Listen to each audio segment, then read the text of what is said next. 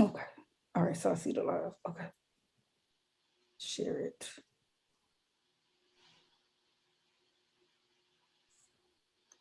I got like, give me like 3 seconds. Okay, not a problem. What we're doing now is we're getting everyone an opportunity to either catch this live broadcasting on YouTube or TikTok. Today, I'll be doing an interview with author Jessica D. Washington. We'll be discussing her new book, When Love Isn't Enough. So I'll give about 5 more minutes for everybody to get logged in and tuned in and ready for an exciting interview.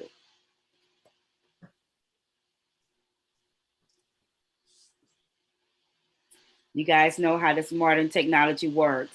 We're in two different areas, so we just want to make sure that everything is on point.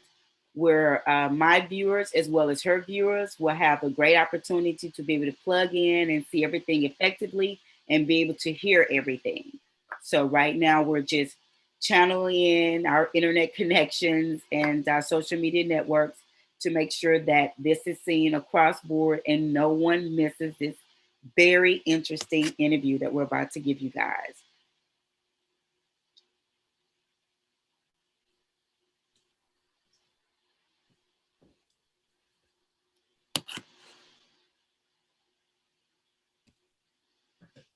And whenever you're ready, Miss Washington, just let me know.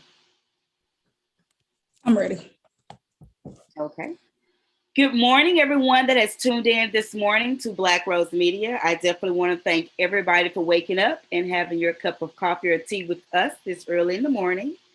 Today, I have with me Jessica D. Washington. You may have seen her on TikTok. You may have seen her on Facebook. Now you get to see her talk about her new book, When Love Isn't Enough. Good morning. Good morning. How are you? Good morning. Good morning. How you doing? I'm fine. How's the weather there? The weather is pretty hot. It's pretty hot here. Okay. Okay. And you are not in Atlanta anymore. You are I currently. am not in Atlanta. I am in Houston at this point. Oh, okay. So we share the same weather. So you may have people that are tuning in that know you from Atlanta because you had successful businesses there. But Houston is your hometown, correct? Yes. Yes. Okay. Now, just to get into this book, I was reading this book. I did a lot of outlining this weekend. I did a lot of highlighting, writing.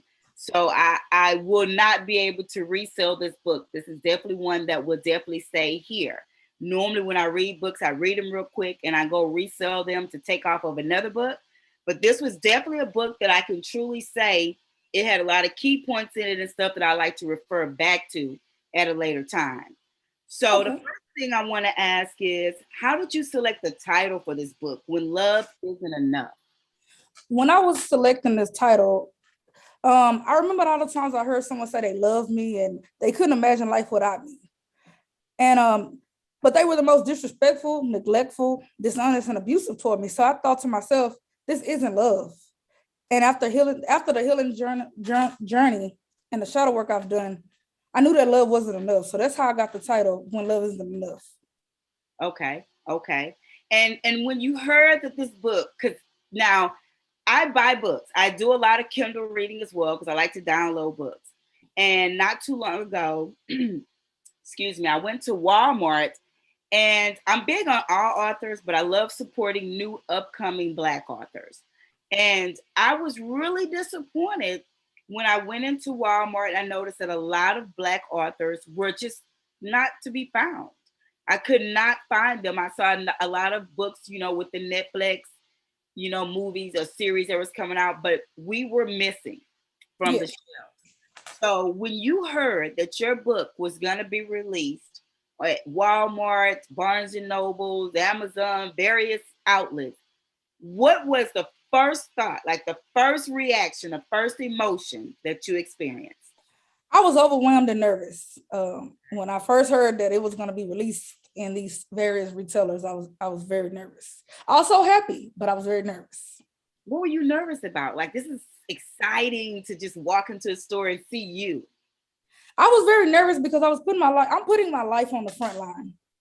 So putting my personal life inside of a book, and now it's going to be available for people all around the world to actually obtain it. So it was like, what did I do? Oh my God, what did I just do? when I heard it was going to be in retailers. I was like, not just getting it from me, but it was like Walmart and Barnes and Noble, these top-notch places. I was like, what have I just done? And Right. that was what made me nervous and kind of overwhelmed. Like, oh, wow. Like I stated earlier that you're real big on social media. I don't know who probably has not seen you on TikTok or Facebook. So you kind of put that fun side of you out there for people to see. You know, Right. you put a sexy vibe out there, you put a funny side out there. And this book, as you stated, it's more personal because as I was reading it, it was like, and I've known you for years, but reading this book, I didn't know this side of you. You know what I'm saying? So I actually got to dig in personally into things that I don't know if I could share with the world as deep as you did. And so that's one thing that I definitely want to say I appreciated when reading this book. It was very personal. And I think when a person put themselves all the way out there like that, it's deep. So what motivated or pushed you to write this book and make it so personal? I wrote this book after dealing with a narcissist I was once married to. After going to therapy and actually finding out the definition of dealing with, a narcissist, I kept digging into my own life and I'm like, this happened. Oh, this happened. Oh, this person act like this person. So I was just like, yeah, I think it's time to bring some awareness to the dangers of dealing with narcissists, not just in intimate relationships, but families and friends and coworkers and all different types of people. And when I started writing this book, I wanted to inform, educate and bring awareness from my own personal perspective of dealing with a narcissist. Okay. And even though you brought awareness, do you feel it was healing? It was definitely a healing journey for me. I feel like once I wrote it out on paper and actually saw it come to life, as I kept writing, it was a lot of emotions dealing with it because it was things that I wrote in my book that I hadn't talked about in years. Years. And I had kept all that bottled up inside of me. So as I was writing, I was using it as a tool, as a guide to heal along with, while writing it on paper. Okay. Now, every chapter, as you stated, is stuff that you wrote about from years and years ago because you touch up on childhood, you touch up on motherhood, you touch up on relationships with co-parenting, you touched up on your recent marriage, you touched up on divorce, you touched upon just self-esteem. With this book, which chapter do you think was like the most important chapter that you just had to make sure was in this book? What's your most important chapter? I think all the chapters are important. No chapter should go ignored. But I feel like the letter to the narcissist, which is the very last chapter, was the most important because that's when I took back my power. Now, each chapter I described a little bit of everything in each chapter. But to me, I think more so the letter to the narcissist was a way to take my power back. Okay. But then if I was to say the second chapter that I think is most important is the manipulation. Is how we are manipulated as people. And you don't even know you may not be manipulated. So I think the manipulation chapter is definitely second, but the letter to the narcissist chapter is definitely most important to me because I feel like I took my power back from all the abuse that I had, that was inflicted upon me. So then that was that part of that healing process that you were talking about earlier. Okay. Now, me as a reader, because I went through here and like I said, I've highlighted, I done folded some pages, went out through this thing, right? As a reader, and if I was to approach you and say, I read your book and I can tell you what I've gotten from it, but what would you want me to gain from reading your book and purchasing it? What should I gain? I want my readers to be informed, educated, and inspired. Know that they're not alone, and this can happen to anyone. I want the readers to take this healing journey with me. Also, I want people to know the dangers of dealing with narcissists and how to make an escape, that you can too escape from these narcissistic abusers. Yeah, because I noticed at the back of the book, you even have like a little homework. I was like, okay, come through with the homework. So even at the back of the book, there are areas where we can, like, if we wanted to evaluate a relationship we're in, whether it's a personal relationship with family, a spouse, a boyfriend, girlfriend, coworker, whoever, you have these questionnaires in the back to where we can kind of survey our own lives. Well, yeah, when I put the reflections in the back, I thought to myself, what if I would have had a book prior to dealing with some of the things that I've dealt with, even in my adult life? Was I able to write it down? Was I able to see it from myself, reading somebody else's personal point of view and personal perspective? Could I see myself dealing with these people? So I wanted to ask questions in the back that you can sit down and focus and look at and like, maybe I am dealing with this kind of person. Maybe I should write this down. Because I feel like when you're dealing with narcissistic people, they don't think that they're doing anything wrong anyway. Mm-hmm. So if you're writing down the events that has happened and you're seeing it for yourself, you're able to identify the dangers. And you know, once you read this book, it makes you feel like, okay, at this point, maybe I can too live life after dealing with a narcissist. Mm-hmm. If you feel like you've dealt with one. Now, I ain't gonna lie. I was going through here and I was like, Now, I know they say you're not supposed to just automatically diagnose yourself, right? But I was like, could this be comparable to just a person that has a lot of confidence in themselves? Like, I don't think so, because it's a difference. Confidence is a difference from being a psychopath. Psychopaths, they treat everybody the same. They don't just, I'm gonna be confident with this group and I'm not. They treat everybody the same way. This is a personality disorder. This don't just happen with just intimate people. They treat their families like shit, like stuff. Uh-huh. And they treat everybody the same way. Their behaviors are consistent. Mm-hmm. They're consistent. So I don't think with being confident, that has nothing to do with treating people like crap. Okay. What's some feedback that you got from your readers? I noticed on your social media, people were sending you pictures like from other cities and states saying, hey, I got the book. Hey, it's a must read. Like, what is some personal feedback that some of them might have wrote you? I've gotten a lot of feedback from a lot of different people. I've had people share their personal stories, things that they've went through. I've heard that the book was phenomenal. It was a great read. It was well written. I've had people say they were very emotional. They felt sorry. They were sorry that I went through some of those things in the book. They couldn't believe Just D had went through some of these things because they don't know this part of me. So they was like, I've been working with you forever, or I've been hanging with you forever, or I've been your friend since 99. I had no idea that you were going through some of these things. And so a lot of women and a lot of men, they congratulated me on the book. I've even had somebody read the book that's of status, a celebrity that found themselves in the book. Mm-hmm. I was like, you find yourself? He was like, I've dealt with it on two different levels, either, being the narcissist or dealing with the narcissist. I was like, oh, so you taking accountability for some of the things that you put people through. And he was able to identify with, the traits of narcissism. Now, I know for those of us that pre-ordered, you did sign the book. You did sign it. But like I told you, I want to hold scripture. But I got you. You are planning on having a book signing event. Yes, so I am. Tell us a little bit about what we can expect at that event and when it'll be happening. I don't exactly know what date the book signing event is going to be, but I am going to have a big book signing event. It's going to be extravagant and elegant. I'm going to have something really, really nice here in the city, where people can come out, meet the author, get their book signed. Even if you have your book signed, you can still bring it, and maybe I'll write you something at that point. Oh, yeah. But I plan on doing something really elegant, really nice, and really, to bring everybody together to meet the author as the author. Y'all may know me as Just D or the TikToker or the Facebooker, but I want y'all to meet me as the author. Okay.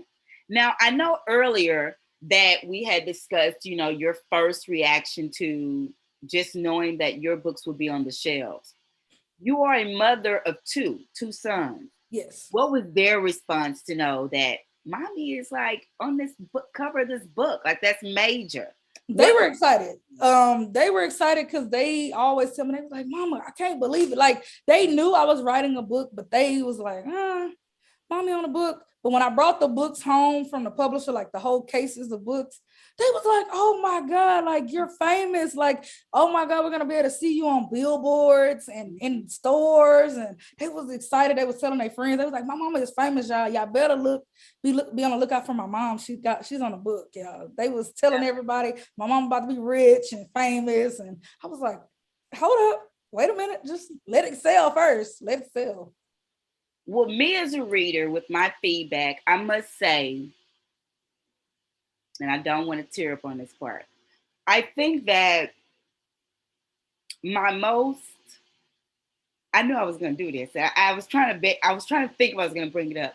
I think that the most touching part for me in your book was your letter to your sons.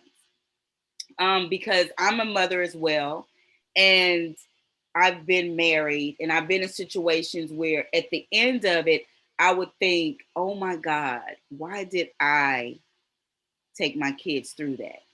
And, you know, when I read how you wrote an apology, but also as I read the book and I saw how everything that you went through, at the end, you just turned out to be a power mom. But it was like, it made me think about sometimes how we can get in these relationships and not know how to identify the type of person we're with, but we never really think about how it's affecting the kids. And to know that you actually took that time and you put that in the book as a mother, it made me realize as a parent that it's just not me that actually sits back and reflects on relationships and say, I wasn't the only one affected, you were too, and I'm sorry for that.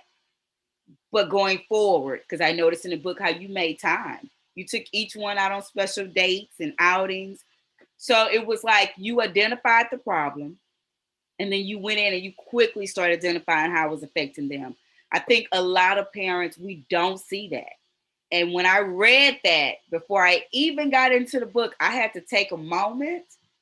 Of course, I broke down. And then I had to reflect on how previous relationships did affect my kids. And they're grown, of course, but I realized how it affected the relationships they're in. So I think from a reader reading this book, it's very important for a parent, specifically a mother. I'm not saying dismissing dads, but really a mother, because a lot of times, no matter what the situation is, when we walk away with our kids if we don't walk away with nothing else. And so in this book, you definitely show how once you identify how it's affecting the kids, let me hold up. Let me give them their individual time so they can know, wait, because I'm dragging you on this baggage train with me, I still got you. So for that, I want to give you your flowers on that, because I saw that in that book from the beginning.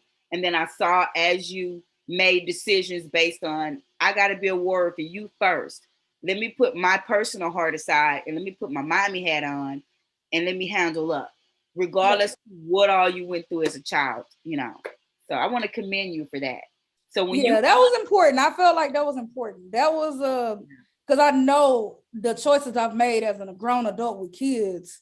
I knew that once I saw the hurt in them and I saw that they had a front row seat to my struggles, I knew that was, at that point, it was my fault. Because I keep allowing these relationships and I keep bringing them with me. They ain't just off to the side. They're right here living these relationships with me. So I felt like I owed them an apology. If I couldn't do anything else, I had to tell them in this book for the world to see that I was sorry, you know, because it was my decision making to keep going back to these toxic relationships, dealing with these toxic people and bringing them along with me and ignoring the fact that these are my children. Right. You know, and putting more of my relationships in front of them instead of taking care of their needs. Yeah. My kids are young. So it's like to see that as a young kid, you know, they're younger, so they're growing into themselves, but they've dealt with a lot of trauma based on my bad decision making. So I felt like that was an important point that I had to, dedicate this book to my kids. Yeah, I didn't see, I kept reading to see was I going to be mentioned, but I think that'll be in part 2. So I won't hold this against you. I'll let them be the light of this book. But can we expect a part 2? Like, will there be something like life after healing? Like, can we expect something else? I do plan on writing a book number 2. It is going to be definitely the life. I'm going to dedicate and characterize the life after dealing with a narcissist. In this book, I identified the traits, the characteristics, the dangers of dealing with a narcissist. But now I think part 2 of my book is going to be my life and everybody else's life after dealing and healing with a, with a narcissist. Okay. And if you have the glamorous side. Okay. And if you have not purchased this book, where can they go get it from? This book is available at Amazon, Barnes & Noble, Walmart, and also on my website, www.jessicadwashington.com, and also available on 25 other platforms around the country, including Canada, Europe, and Australia. You better come through. Well, as always, it's a pleasure speaking with you. Before I let you go, from your book, or just from summing it up, what would be your final thought or message to your readers? My final thought is you are important. You are enough. Don't never let a person make you feel like you're not enough to be loved. You're not enough to, you are enough. And I feel like love isn't enough to be depressed, to be belittled, to be disrespected, to accept infidelity. And also I have a quote that I always use. I am no longer a prisoner to someone else's insanity. And I would like to leave that with please. I am no longer a prisoner to someone else's insanity. So I use that. I live by this quote. I am no longer a prisoner to someone else's insanity. I am no longer responsible for people and their trauma. I have to deal with my own trauma and my own healing. I'm responsible for my own happiness, and nobody else is responsible for that.